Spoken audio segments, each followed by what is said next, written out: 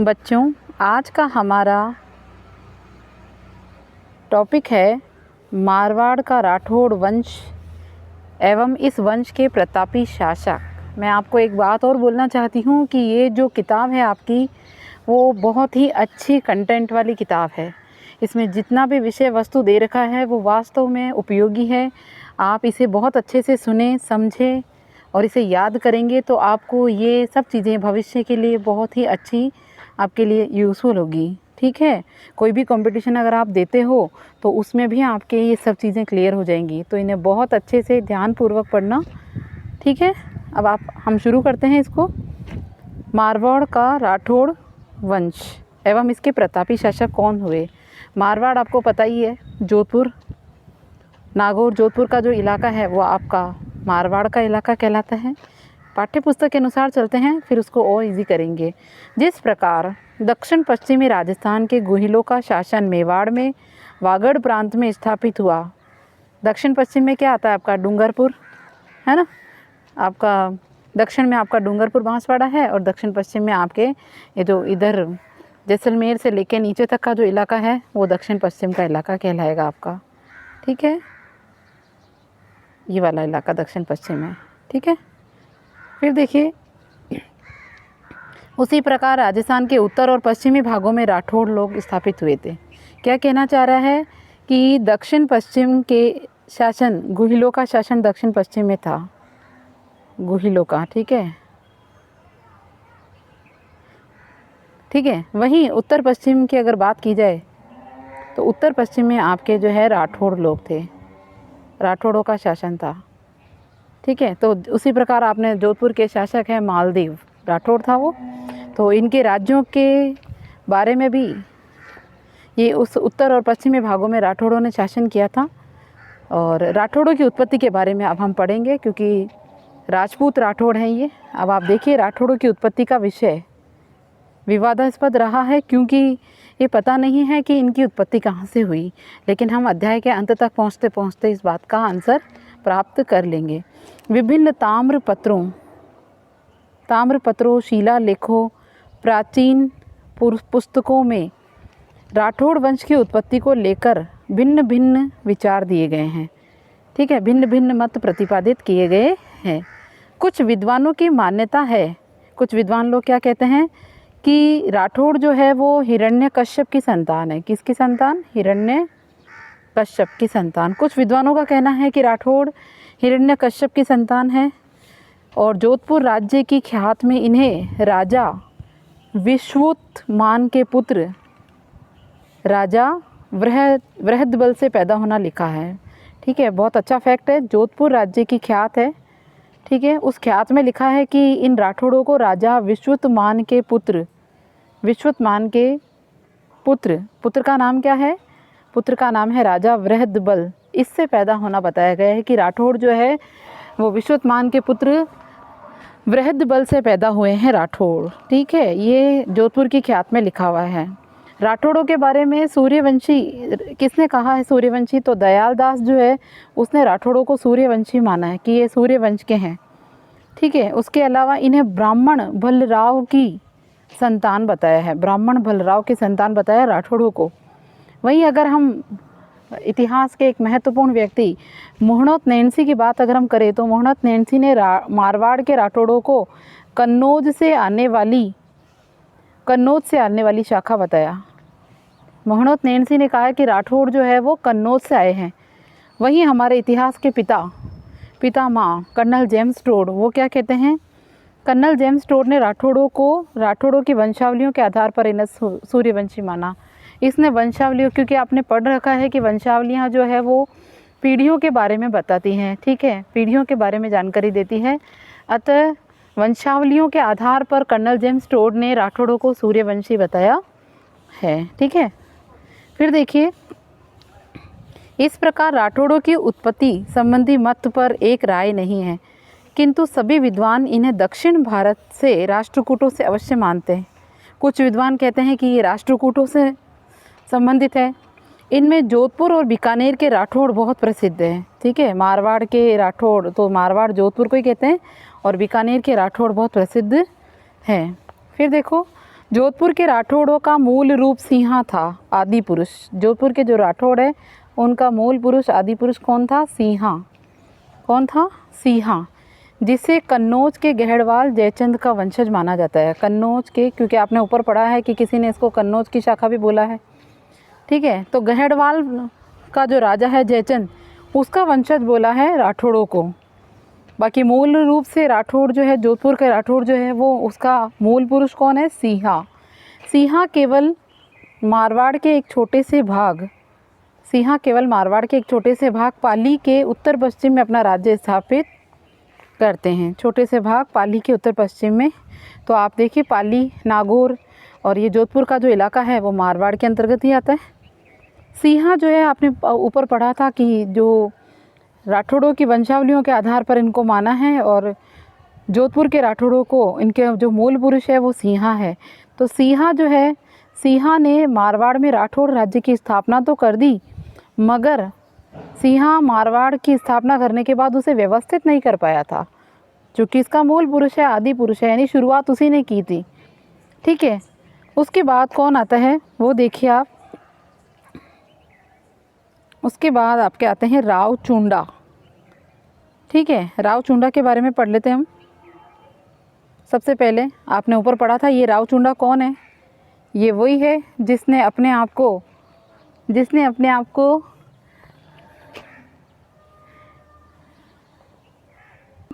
राव चुंडा वही है जो अपने राव चुंडा के बारे में पढ़ते हैं हम। सबसे पहले इसका समय देखिए, 1394 से 1423 ईस्वी, 1394 से 1423 ईस्वी तक का समय राव चुंडा का है। और आपने अपने साहस और कूटनीति से राव चुंडा ने मंडोर पर अधिकार किया था। जोधपुर में ही आता है मंडोर। तो अपने साहस और कूटनीति के बल पर मंडोर पर अधिकार किया। बहुत सुंदर जगह है मंडोर। और इसने मंडोर को राठौड़ों की राजधानी बनाया। तो आपको ध्यान रखना है कि मंडोर को राठौड़ों की राजधानी किसने बनाया? तो राव चुंडा ने बनाया, ठीक है। मंडोर पर अधिकार करने के बाद इसके आसपास का जो एरिया है, कौन कौन से क्षेत्र हैं? जैसे खाटू, डीडवाना, सांभर, अजमेर और नाडोल। तो नाडोल पाली के पास आता है। खाटू, डीडवाना, सांभर, अजमेर, नाडोल आदि पर राव चुंडा का अधिकार हो गया था। फिर है पुंगल के भाटियों द्वारा। पुंगल जो है वो जैसलमेर का इलाका है और नस्ल का नाम है पुंगल। तो पुंगल के भाटियों द्वारा वह धोखे से, कौन? राव चुंडा। पुंगल के भाटियों द्वारा 1423 ईस्वी में ये राव चुंडा मारा गया। और उनकी पत्नी चांद कंवर ने, राव चुंडा की पत्नी है चांद कंवर, इसने चांद बावड़ी जोधपुर का निर्माण करवाया, ठीक है। चांद बावड़ी जोधपुर का निर्माण करवाया, ठीक है। चांद बावड़ी जोधपुर, चांद कंवर ने। फिर है राणा यानी राव रणमल। अब ये है इम्पोर्टेंट व्यक्ति, राव रणमल। 1427, क्योंकि राव चुंडा के मरने के बाद 1427 से 1438 तक का जो समय है वो राव रणमल का माना जाता है। तो राव रणमल ने क्या किया वो देखिए। रणमल अपने छोटे भाई, राव रणमल जो था वो अपने छोटे भाई कान्हा को मारवाड़ का शासक बनाए जाने से नाराज़ होकर मेवाड़ चला गया। रणमल बनना चाहता था जोधपुर का राजा, लेकिन रणमल को राजा बनने नहीं दिया और उसके छोटे भाई कान्हा को मारवाड़ का शासक बना दिया गया, ठीक है। इससे इसने अपनी बहन हंसाबाई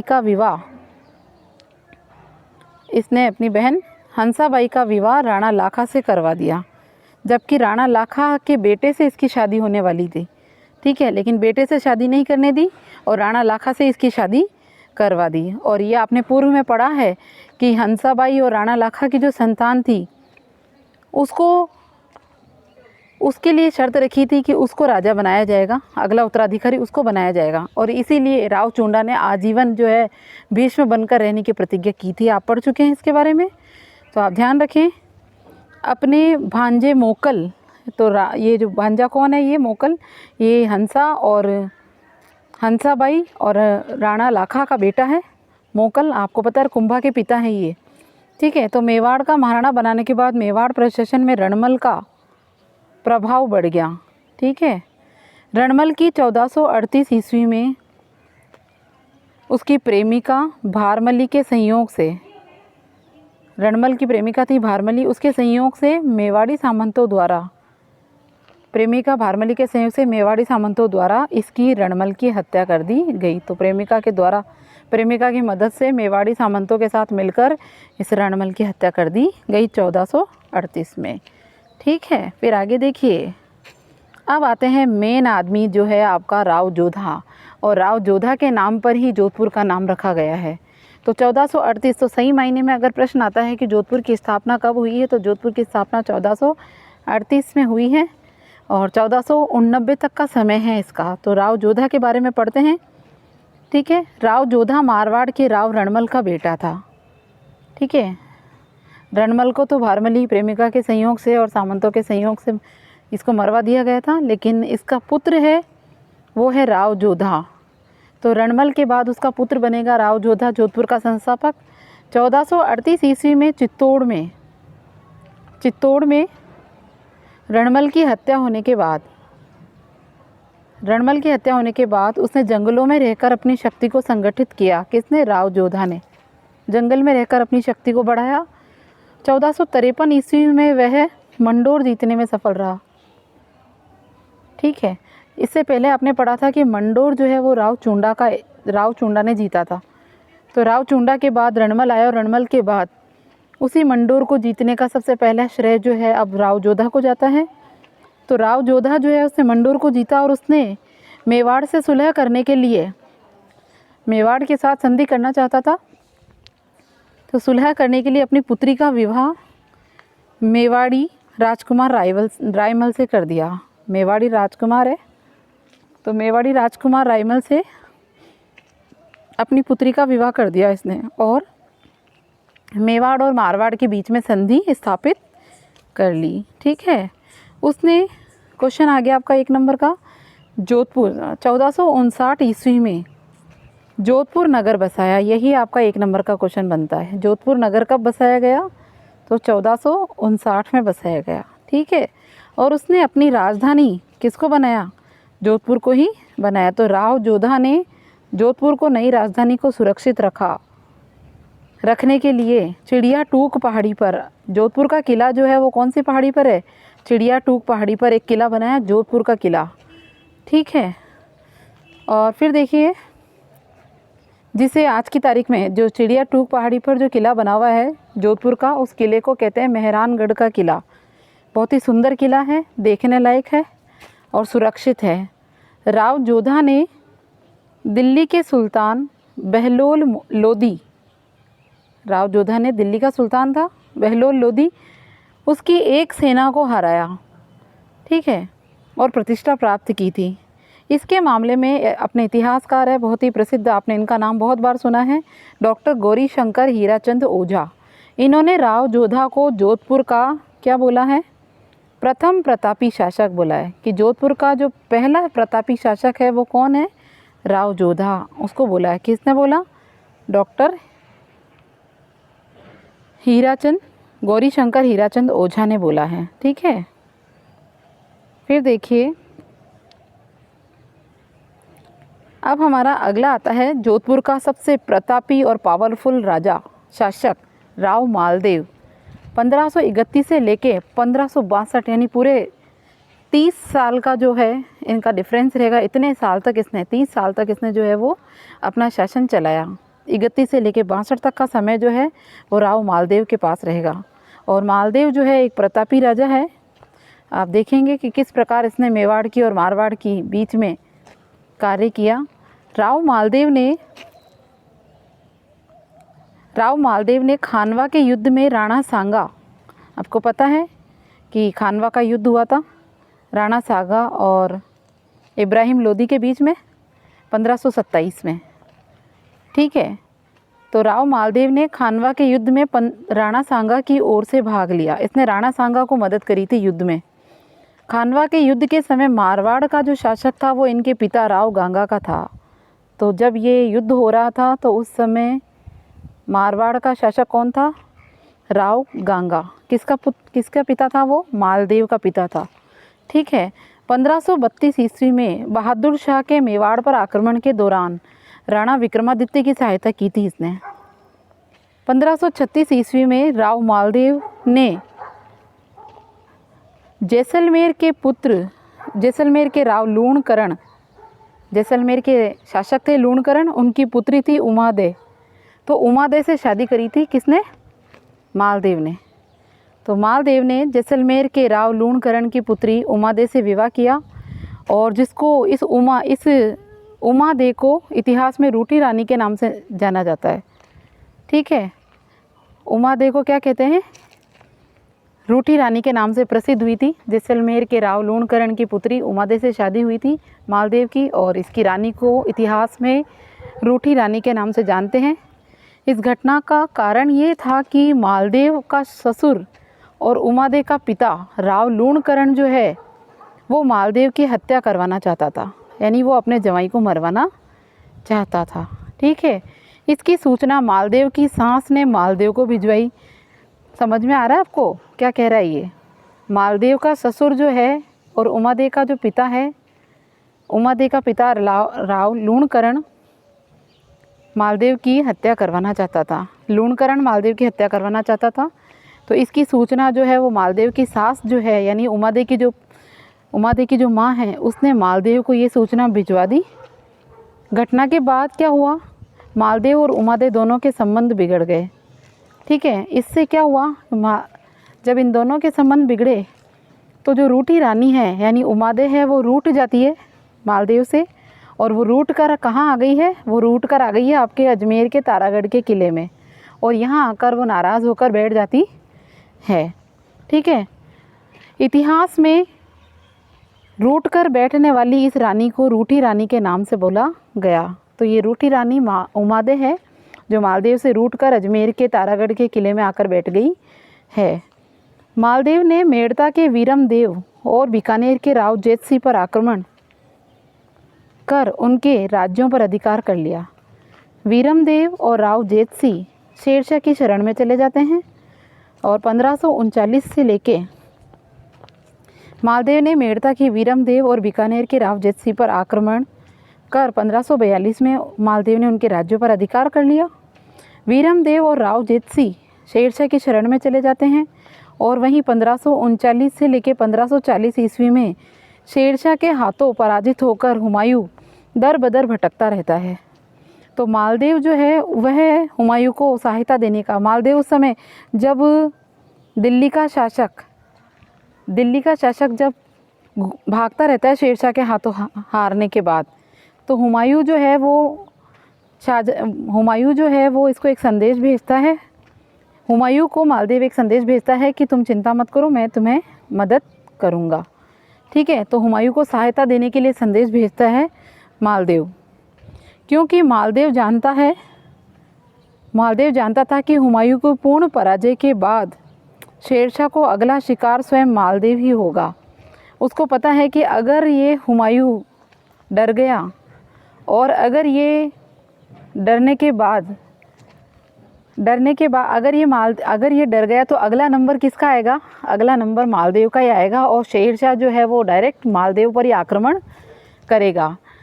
तो शेरशाह को डायरेक्ट अपने ऊपर आक्रमण करने से बचाने के लिए इसने अपने ही साथी यानी हुमायूं को मदद देने का फैसला किया कि मैं तुम्हारे साथ हूँ और तुम युद्ध के लिए तैयार रहो। ठीक है, क्योंकि इसे महसूस हो गया था कि अगला नंबर मेरा होगा। 1543 और 44 ईस्वी में मालदेव को शेरशाह सूरी के साथ आक्रमण करना पड़ा। बहुत ही प्रसिद्ध युद्ध रहा है इनका। शेरशाह की धूर्तता ने मालदेव और उसके सेनापतियों के बीच अविश्वास उत्पन्न कर दिया। शेरशाह बहुत चालबाज और कूटनीतिज्ञ था। उसने मालदेव और उसकी सेना के बीच में ये डर भय पैदा कर दिया कि जो मालदेव है वो एक किस्म का डरपोक व्यक्ति है और वो सेना की रक्षा नहीं कर पाएगा, जिससे मालदेव ने मैदान छोड़ दिया। मगर उसके सेनापति, मालदेव के 2 सेनापति थे, जेता और कूपा, जो अंत समय तक इसके लिए लड़ते रहेंगे। ठीक है, जनवरी 1544 में मारवाड़ के सेनापति जेता और कूपा ने गिरी सुमेल का युद्ध लड़ा। कौन सा युद्ध है? गिरी सुमेल का युद्ध है। 1544 जनवरी के अंदर लड़ा था, और इस युद्ध में शेरशाह से युद्ध हुआ और आपका जो मालदेव है वो वीरगति को प्राप्त हो गया। उसकी वीरता से कौन प्राप्त हुए? जेता और कूपा मारे गए थे। उनकी वीरता से प्रभावित होकर शेरशाह को कहना पड़ा। तो शेरशाह ने क्या कहा कि एक मुट्ठी भर बाजरे के लिए मैं हिंदुस्तान की बादशाहत खो देता। ठीक है, एक मुट्ठी भर बाजरे के लिए मैं हिंदुस्तान की बादशाहत खो देता। ये जेता और कूपा की वीरता के बाद उसने ये मालदेव ने बोला। शेरशाह की मृत्यु का समय आप देख लीजिए 1545 ईस्वी। तो शेरशाह की मृत्यु 1545 ईस्वी के बाद हुई और मालदेव ने जोधपुर, पोखरण, फलोदी, बाड़मेर, कोटड़ा, जालोर, फलोदी, बाड़मेर, कोटड़ा, जालोर और मेड़ता, इन पर वापस से अधिकार कर दिया मालदेव ने। जैसे ही शेरशाह की मृत्यु हुई 1545 में, मालदेव के अलावा इस समय राजस्थान में कोई भी पावरफुल राजा नहीं था। तो जैसे ही उसकी मृत्यु हुई, इसने अपने आसपास के जो इलाके थे मेड़ता तक, उन पर वापस से अपना अधिकार कर लिया और 1562 में स्वयं मालदेव की भी मृत्यु हो गई। ठीक है, स्वयं मालदेव जो है वो भी मारा गया।